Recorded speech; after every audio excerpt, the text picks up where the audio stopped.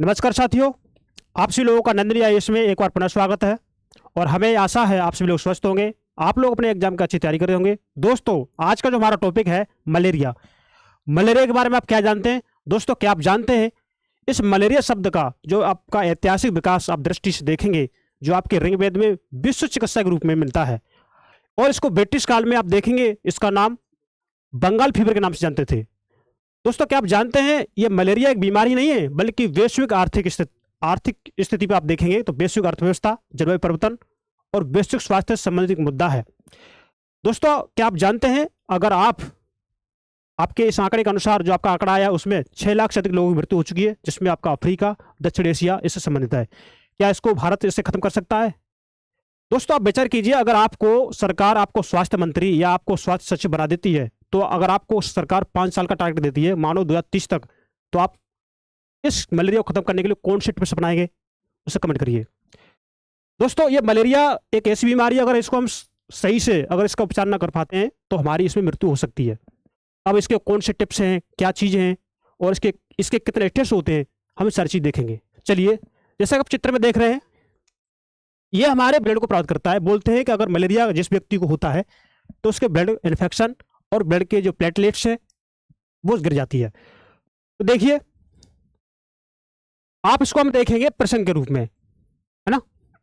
देखिए, हाल ही में विश्व स्वास्थ्य संगठन WHO, वर्ल्ड हेल्थ ऑर्गेनाइजेशन ने जॉर्जिया को मलेरिया मुक्त घोषित किया है। किसको? जॉर्जिया देश को, WHO ने। और जिससे यह उपलब्धि हासिल करने वाला 45वां देश बन गया है। कौन सा नंबर का? 45वें नंबर का। इससे पहले भी देश है ना। अब विचार कीजिए, आपके भारत इस चीज से मुक्त है या नहीं? क्या इसमें भारत भी शामिल है? इस पर आप विचार कीजिए। देखिए, पृष्ठभूमि आप देखिए इसकी। वैश्विक स्तर पर किए गए दशकों के प्रयासों के बावजूद हर साल 240 मिलियन से अधिक मलेरिया के मामले सामने आते हैं। कितने? 240 मिलियन से अधिक मलेरिया के मामले सामने आते हैं। और इसमें 600 से 1000 से अधिक लोगों की मृत्यु होती है, यानी 6 लाख से अधिक लोगों की मृत्यु इसमें होती है। अब देखिए, मुख्यमंत्री देखिए इसके, ये क्या है? मलेरिया क्या है? देखिए, यह एक जीवन घातक वेक्टर जनित रोग है। मतलब एक ऐसा रोग है जिससे व्यक्ति की मृत्यु हो सकती है। वेक्टर बोर्न डिसीज है। ये एक ऐसा बैक्टीरिया है जिससे व्यक्ति की मृत्यु हो सकती है। अब देखिए, अब इसका कारण क्या है? मलेरिया प्लाज्मोडियम नामक परजीवी के कारण होता है। कौन सा? जो प्लाज्मोडियम नामक परजीवी है, इसके कारण यह होता है, जो संक्रमित मादा एनोफिलीज मच्छर के काटने से फैलता है। अब हम सोचेंगे ये संक्रमित मादा एनोफिलीज जो नामक मच्छर है, ये कैसा होता है? दोस्तों, आपकी यूपीएससी परीक्षा, आपकी स्टेट पीसीएस परीक्षा में इस मच्छर का नाम कई बार पूछा गया है। मलेरिया किस मच्छर से पैदा होता है? एनोफिलीज। डेंगू किससे होता है? ऐसे आपकी लिस्ट दे दी जाती है और आपको उसमें मिलान करना पड़ता है। आप समझ रहे होंगे कि आपकी यूपीएससी के लिए कितना इंपॉर्टेंट है ये। अब देखिए, ये कारक परजीवी क्या होता है। देखिए, कारक परजीवी के प्रकार, अब इसके कितने प्रकार हैं देखिए इस मलेरिया के ना। देखिए, ये प्लाज्मोडियम फैलसिफेरम, ये सबसे घातक होता है। अगर ये इस स्थिति किसी व्यक्ति को होती है ना, अगर कोई व्यक्ति इस स्थिति तक पहुंच जाता है तो समझिए उसकी स्थिति गंभीर है। तो प्लाज्मोडियम फैलसिफेरम सबसे गंभीर प्रकार का मलेरिया है और ये सेरेब्रल मलेरिया का कारण बनता है। मतलब ये अगर बीमारी अगर ये किसी को है, अगर ये इस स्थिति कोई व्यक्ति पहुंच गया है तो समझिए उसकी स्थिति गंभीर है और उसे बचाना संभव नहीं है। मतलब अगर उसका उपचार सही से नहीं किया गया तो वो बचना संभव नहीं है। अब देखिए, दूसरा प्लाज्मोडियम वाइवेक्स। अब ये उससे कम घातक है। ये एक करते यानी लीवर में निष्क्रिय रहता है। मतलब ये जिससे क्या होता है, मलेरिया से बार बार हो सकता है। और अगर ये स्टेज होती है ना, ये प्लाज्मोडियम फैलसिफेरम, इससे व्यक्ति गंभीर अवस्था में होता है। अगर आपने इसका सही से इलाज नहीं कर पाया, अगर आपने इसको नजरअंदाज कर दिया तो व्यक्ति की मृत्यु हो जाएगी, इतना गंभीर होता है। और ये प्लाज्मोडियम वाइवेक्स ये यकृत में निष्क्रिय रहता है, तो इसलिए जब यकृत में निष्क्रिय रहता है तो मलेरिया क्या होता है, ये बार बार होता है ना। अब देखिए, प्लाज्मोडियम मलेरिया ये हल्का संक्रमण है, इससे ऊपर वाले से ये हल्का संक्रमण है, लेकिन ये लंबे समय तक शरीर में बना रहता है। संक्रमण कैसा? हल्का है, लेकिन इसका जो टाइम पीरियड है वो लंबा रहेगा। उन दोनों की अपेक्षा कम, है ना। अब देखिए, प्लाज्मोडियम ओवेले, ये दुर्लभ प्रकार मुख्य रूप से अफ्रीका और एशिया में पाया जाता है ना। ये कैसा है, दुर्लभ है, मतलब कमजोर है उनसे, लेकिन ये कहां पर पाया जाता है, ये आपके अफ्रीका में और एशिया में पाया जाता है।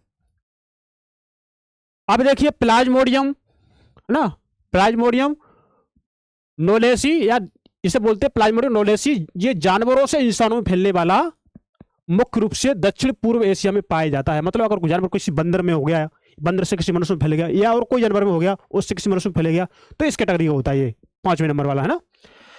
अब देखिए संक्रमण चक्र, ये ट्रांसमिशन साइकिल क्या होता है। देखिए संक्रमित एनोफिलीज मच्छर मानव को काटता है।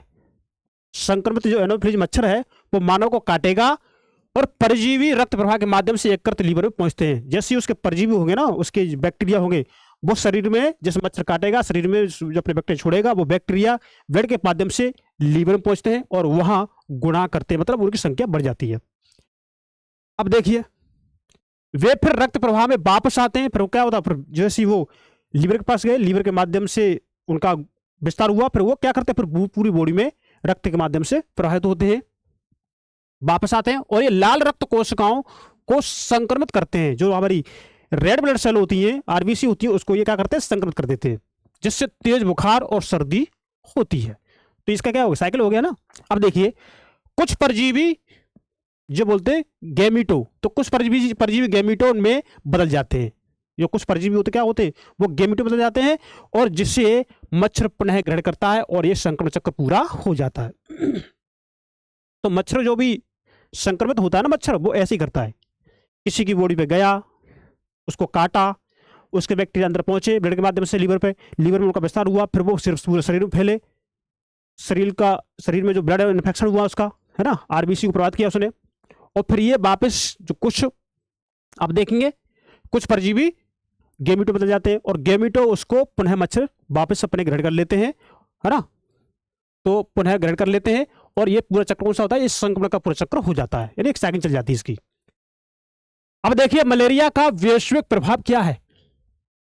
मलेरिया का वैश्विक प्रभाव क्या है, आप ये देखेंगे जो मच्छर फैलता है, जो मच्छर के माध्यम से जो मलेरिया फैलता है ना, जैसे मान चलो हमारी कोई लापरवाही रही, जैसे कि हमें पता है कि मौसम चेंज हो रहा है ना, बारिश हो रही है, मच्छर पनप रहा है, या गड्ढे में पानी भरा हुआ है, या आपके आसपास घास फूस खड़ा हुआ है, वहां पर मच्छर आ रहे हैं, तो वहां पर एनाफिलीज नाम का एक मच्छर होता है जिसके काटने से लोगों को मलेरिया होता है।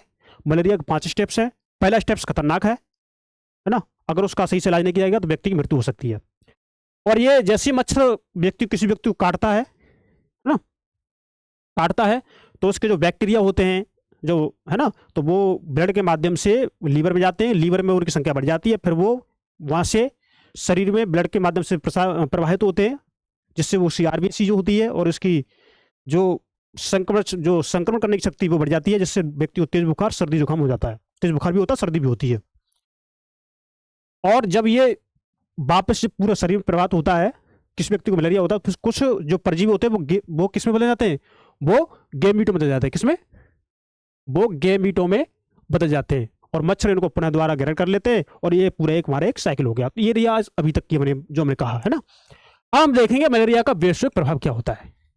मलेरिया का वैश्विक प्रभाव क्या है, देखिए मुख्य रूप से उष्णकटिबंधीय यानी ट्रॉपिकल रीजन में आप देखेंगे उष्णकटिबंधीय क्षेत्रों में पाया जाता है। मतलब जहां बारिश अधिक मात्रा में होती है, बारिश होती है, धूप निकलती है, बारिश होती है, धूप निकलती है, तो वो क्षेत्र कौन सा होता है, हमारा उष्णकटिबंधीय क्षेत्र होता है। तो वहां पर ये मच्छर पाए जाते हैं।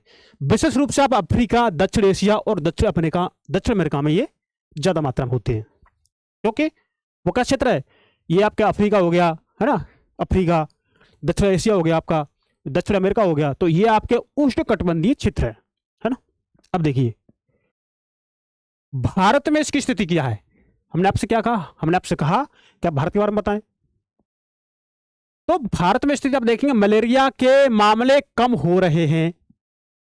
आपके भारत देश में क्या है, आपके भारत देश में मलेरिया के मामले कम हो रहे हैं, लेकिन यह अभी भी जनजातीय जो ट्राइबल एरिया है, तो जनजातीय इलाकों, पूर्वोत्तर नॉर्थ ईस्ट राज्यों और वन क्षेत्रों में फैला हुआ है। मतलब जहां बनी इलाका है, आपका नॉर्थ ईस्ट राज्य हो गया आपका, है ना, आपके जो जनजातीय क्षेत्र वहां पर हो गया, क्योंकि वो जनजातीय क्षेत्र कहाँ रहते हैं, जंगल में रहते हैं, वो कहाँ रहते हैं, जंगल में रहते हैं, तो वहां पर ये मच्छर अधिक मात्रा में पाए जा रहे हैं।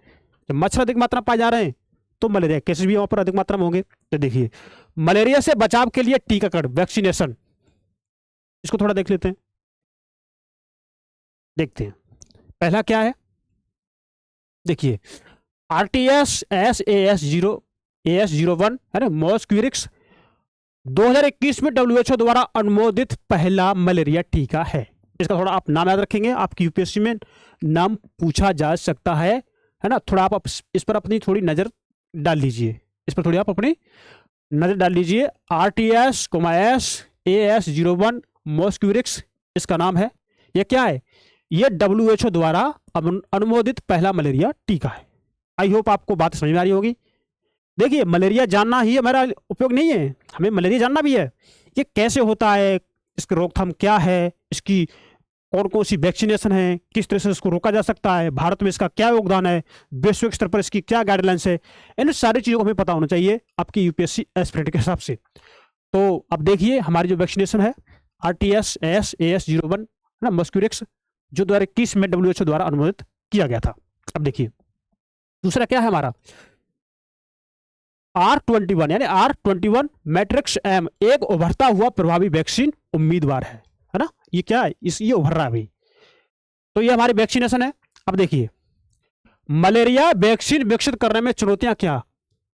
अब भाई देखो, मलेरिया एक ऐसी बीमारी है कि उसकी वैक्सीनेशन बनाने में भी दिक्कत आ रही है, चुनौती आ रही है। क्या कैसे? देखिए, दिक्कत इसलिए आ रही है क्योंकि परजीवी का जटिल जीवन चक्र, कॉम्प्लेक्स लाइफ साइकिल, मतलब जो मलेरिया जो परजीवी है इसका क्या है, जटिल चक्र है, जटिल जीवन चक्र है। लीवर में गया, लीवर से फिर उसका गुणज बढ़ा, फिर वो ऊपर शरीर में प्राप्त होता है ना, फिर इससे आरबीसी प्राप्त करता है ना, फिर ये गीमोट बदल जाता है, फिर गया शरीर में, फिर एकत्र पहुंचा।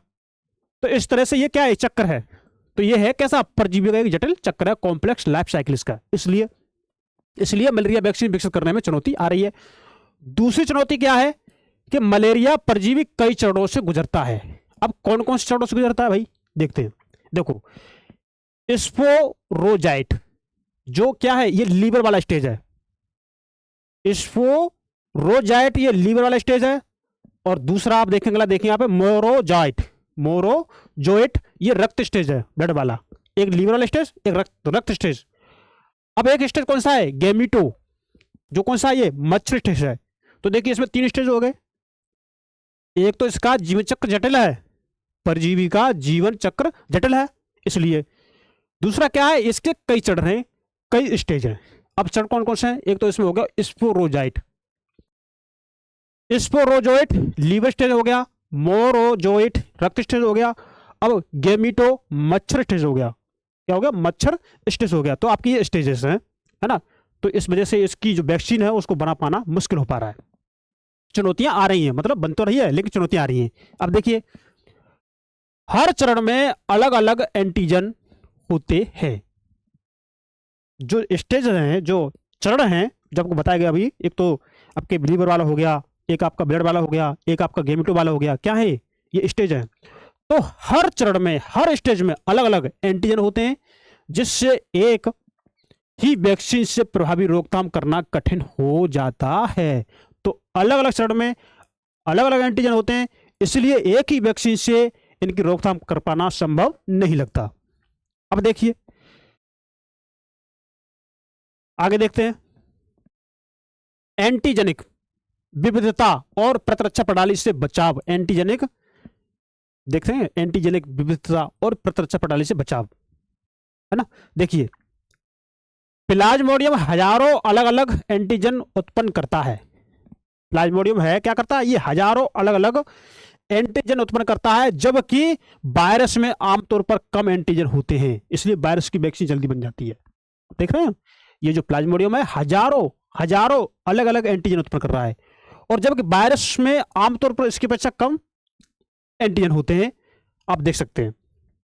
और यह अपनी सतह प्रोटीन, सरफेस प्रोटीन को बदल सकता है। कौन, ये आपका प्लाज्मोडियम। प्लाज्मोडियम या मलेरिया परजीवी है, ये अपनी सतह की प्रोटीन को बदल सकता है ना, सतह प्रोटीन को बदल सकता है, जिससे टीके द्वारा उत्पन्न प्रतिरक्षा अल्पकालिक हो जाती है ना। इम्यूनिटी जो प्रतिरक्षा होती है, इम्यूनिटी होती है, वो टीके द्वारा कैसे होती है, अल्पकालिक हो जाती है। दीर्घकालिक नहीं, अल्पकालिक, कुछ ही समय तक काम करेगी, फिर नहीं। अब देखिए, परजीवी का शरीर के भीतर छिपना, जो परजीवी है ना, तो परजीवी है वो शरीर के भीतर छिप जाती है, जिससे उसकी पहचान करना आसान नहीं हो पाता। अब देखिए आगे, मलेरिया परजीवी यकृत और लाल रक्त कोशिकाओं के अंदर छिप जाता है। जो मलेरिया जो परजीवी है वो यकृत, लाल रक्त कोशिकाओं के अंदर छिप जाता है, जिससे एंटीबॉडी उसे पहचान नहीं पाती। एक तो क्या करता है, एक तो परजीवी शरीर के भीतर छिप जाता है, ये प्लाज्मोडियम शरीर के भीतर छिप जाता है। दूसरी बात क्या है, मलेरिया परजीवी यकृत और लाल रक्त कोशिकाओं के अंदर छिप जाता है। जब ये छिप जाता है तो जिससे जो एंटीबॉडी है, जो वैक्सीन, जो एंटीबॉडी वैक्सीन है, उसे पहचान नहीं पाती। जब उसे पहचान नहीं पाती तो फिर उसकी रक्षा कैसे करेगी, बताओ, उसको नष्ट कैसे करेगी? तो चुनौती है कि नहीं है? चुनौती है। वायरस आमतौर पर शरीर के बाहर रहते हैं। वायरस क्या होते हैं, अब एक इसकी कंपेयर कर रहा है किससे, वायरस से। वायरस आमतौर पर शरीर से बाहर होते हैं, जिससे टीके के माध्यम से उनका मुकाबला करना आसान हो जाता है। लेकिन ये जो प्लाज्मोडियम है, जो परजीवी है, ये शरीर के बाहर नहीं होते, ये छिप जाते हैं बॉडी में। जब इस शरीर में, बॉडी में छिप जाते हैं, एक कृत में है ना, आपकी बॉडी में ये छिप जाते हैं, तो ये एंटीबॉडी हम जो देते हैं, एंटीबायोटिक देते हैं, जो भी टीका, जो भी वैक्सीनेशन देते हैं, तो वो काफी लाभदायक सिद्ध नहीं हो पाती। क्यों छिप जाते हैं? जबकि वायरस है, वो वायरस बॉडी के बाहर रहते हैं, जिससे आपके इस वैक्सीनेशन से उसका मुकाबला किया जा सकता है, टीके से उसका मुकाबला किया जा सकता है। अब देखिए 4 नंबर पर क्या है, प्रभावी पशु मॉडल, एनिमल मॉडल्स का अभाव। मतलब अधिकतर टीके पहले पशु मॉडल पर परीक्षण किए जाते हैं, इसलिए जो अधिकतर जो टीके पहले किस पर परीक्षण होते हैं, अधिकतर टीके पहले पशुओं पर परीक्षण होते हैं, लेकिन उनका है अभाव, है ना, प्रभावी पशु मॉडल का अभाव। ये तो एक दिक्कत है। दूसरी क्या है, देखते हैं, मलेरिया परजीवी प्रजाति विशेष। आप देखेंगे मलेरिया परजीवी प्रजाति विशेष होती है, जिससे मानव मलेरिया का सटीक पशु मॉडल उपलब्ध नहीं है, है ना। मलेरिया कैसा है, मलेरिया परजीवी प्रजाति विशेष होती है, एक विशेष प्रजाति है, इसलिए मानव मलेरिया का सटीक पशु मॉडल है नहीं। जो मानव मलेरिया वाला जो सिस्टम है, वो किसी अन्य पशु पर मैच नहीं खाता, है ना, वो सटीक मॉडल उपलब्ध नहीं है, आप समझ सकते हैं, इसलिए एक दिक्कत आ रही है ना। अब देखिए, वायरस वैक्सीन के लिए अच्छे पशु मॉडल, जैसे पोलियो के लिए बंदर को यूज करते हैं। अगर हम वायरस को खत्म करना है, अगर हमें वायरस के लिए, अगर हमें कोई वैक्सीन बनानी है, तो उसके लिए हम क्या करते हैं, वायरस के लिए एक अच्छे पशु मॉडल देखेंगे। जैसे पोलियो के लिए तो हम बंदरों को यूज करते हैं, इन्फ्लुएंजा के लिए हम चूहे को यूज करते हैं। पहले मतलब अपने टेस्ट जो वैक्सीन है इन्हीं पर पहले आजमाते हैं, अगर ये सही हो जाते हैं तो फिर हम उसको आगे स्टेज में बढ़ाते हैं। लेकिन ये मलेरिया परजीवी में ऐसी कोई व्यवस्था नहीं है, ऐसा कोई जाति विशेष प्रजाति परजीवी, मतलब मलेरिया परजीवी प्रजाति विशेष ऐसी होती नहीं है ना, तो जिससे मानव मलेरिया का सटीक पशु मॉडल उपलब्ध नहीं है, जिस पर ये इसका टीका, इसकी वैक्सीनेशन उस पर कराई जाए। इसलिए इसकी जो चुनौती है वो है, आपको दिखाई दे रही है। निष्कर्ष में आप देखेंगे क्या, देखिए, मलेरिया भी एक गंभीर वैश्विक स्वास्थ्य समस्या बना हुआ है। क्या है, मलेरिया है एक गंभीर वैश्विक स्वास्थ्य समस्या बना हुआ। आप देखिए, इसका कोई, इसके जो मलेरिया परजीवी है, इसके टेस्ट्स के लिए हम किस जानवर को यूज करें, उसका मॉडल अभी उपलब्ध नहीं हो पा रहा सही से, उसका अभाव है। लेकिन वायरस में क्या होता है, वायरस में तो हम बंदरों को बना लेते हैं, चूहे को बना लेते हैं, जिस पर हमारे वायरस की वैक्सीन हम उस पर प्रैक्टिकल कर लेते हैं, फिर जो वहाँ सफल होती है हम उसको आगे बढ़ाते हैं। लेकिन मलेरिया में ऐसा नहीं हो पा रहा। मलेरिया में हम करें तो करें किस पर करें, बताओ, करें तो करें हम किस पर उसका प्रैक्टिकल करें, ये दिक्कत है। तो मलेरिया अब भी एक गंभीर वैश्विक स्वास्थ्य समस्या बना हुआ है। टीकाकरण के प्रयास और रोग उन्मूलन की रणनीतियां इस पर काबू पाने में महत्वपूर्ण भूमिका निभा सकती हैं। मतलब जो टीकाकरण है और ये रोकने की जो भी रणनीतियां हैं, इस पर काबू पा सकती हैं। हालांकि परजीवी की जटिलता और टीकों की सीमाओं के कारण मलेरिया से पूरी तरह छुटकारा पाने के लिए समग्र दृष्टिकोण की आवश्यकता है। तो आई होप आपको समझाया होगा। आज का हमारा टॉपिक इतना ही रहा, और आपको अगर हमारे टॉपिक अच्छा लगता है तो आपसे रिक्वेस्ट है, आप हमारे नंदिनी आईएएस के यूट्यूब चैनल को सब्सक्राइब करें, और वीडियो आपको अच्छी लगती है तो इसे लाइक करें, और इस वीडियो को लिंक को अपने दोस्तों को भेजें। दोस्तों, जो भी यूपीएससी, आईएएस, आईपीएस, आईआरएस और भी सिविल सर्विस एग्जाम जो हैं, अगर आप उसकी तैयारी कर रहे हैं तो आप हमारे नंदिनी आईएएस के यूट्यूब चैनल पर जुड़ जाएं। और जो भी आपके मित्र कर रहे हो तो आपको आपसे रिक्वेस्ट है आप इस लिंक को अपने दोस्तों में भेजें। और आपके लिए यूपीएससी की जो एग्जाम होने वाली है तो इसके लिए हम आपके लिए आपके संस्थान नंदिनी आईएएस के माध्यम से आप लोगों के लिए आपके करंट अफेयर्स, आपके सी सेट, आपकी इकोनॉमी, आपकी हिस्ट्री, आपकी ज्योग्राफी और भी चीज़ें हैं जो आपके यूपीएससी में आपको क्वालिफाई कराने के लिए उपयोगी होंगी, वो हम आपको करा रहे हैं। अब देखिए इकोनॉमी बाइलिंगुअल आपके लिए उपलब्ध हो चुकी है, अगली क्लास आने वाली है मैम जी की। और जो भी आपको क्लास मिल रही है आप उनको करते रहिए, आपका यूपीएससी प्लस एग्जाम रुकेगा नहीं, 100% क्लियर होगा। तो आज के लिए हम इतना रखते हैं, मिलते हैं नेक्स्ट क्लास में, तब तक के लिए नमस्कार, थैंक यू, धन्यवाद, गुड बाय।